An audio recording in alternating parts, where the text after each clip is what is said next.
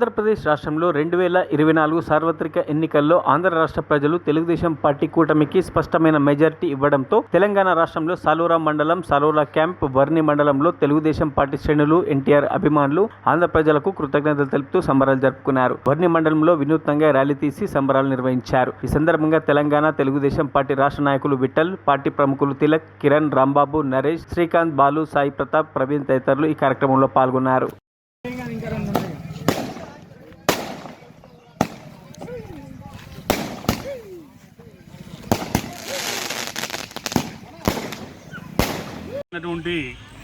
శాసనసభ ఫలితాల్లో 1983 నందమూరి తారక రామారావు గారు ప్రపంచం ఏ విధంగా అయితే సృష్టించారో అటువంటి ప్రపంచాన్ని ఇవాళ ఆంధ్రాలో చంద్రబాబు నాయుడు గారు సృష్టించారు.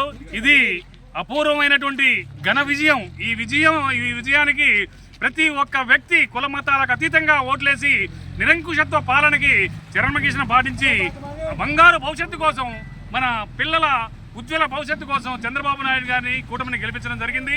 కావున ఈ విధంగా ఎన్ని కష్ట నష్టాలు ఓర్చి 5 సంవత్సరాలు అఖండ నిరంకుశ పాలనలో మగ్గినటువంటి ఆంధ్ర ప్రజలు ఈరోజు విముక్తి కాగలిగారు. అదేవిధంగా రేపు 9వ తారీఖు నాడు చంద్రబాబు నాయుడు గారి ప్రమాణ స్వీకార మహోత్సవం సందర్భంగా అమరావతిలో జరగబోతుంది.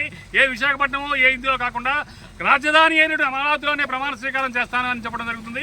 కావున మన ప్రజలందరూ కూడా ఆయనకు ఓట్లేసి అపూర్వ మెజార్టీ సాధించినందుకు గాను ప్రజలందరికీ ధన్యవాదాలు తెలుపుకుంటూ ఈ పండుగని మన తెలంగాణలో కూడా తెలుగుదేశం సంస్కృతి ఉన్న తెలుగుదేశం కార్యకర్తలందరూ చిన్నాభిన్నమైనటువంటి కార్యకర్తలు కూడా ఈరోజు ఒక్కతాటి మీదకి వచ్చి ఈరోజు ప్రతి గ్రామాన టపాసులు కాల్చి పండుగ జరుపుకుంటున్నారు. ఇది చాలా హర్షించదగ్గ విషయం. ఈ విధంగా మన సంతోషాన్ని తెలియపరుస్తున్నాం. మరిన్ని అప్డేట్స్ కోసం మా ఛానల్ని సబ్స్క్రైబ్ చేయండి.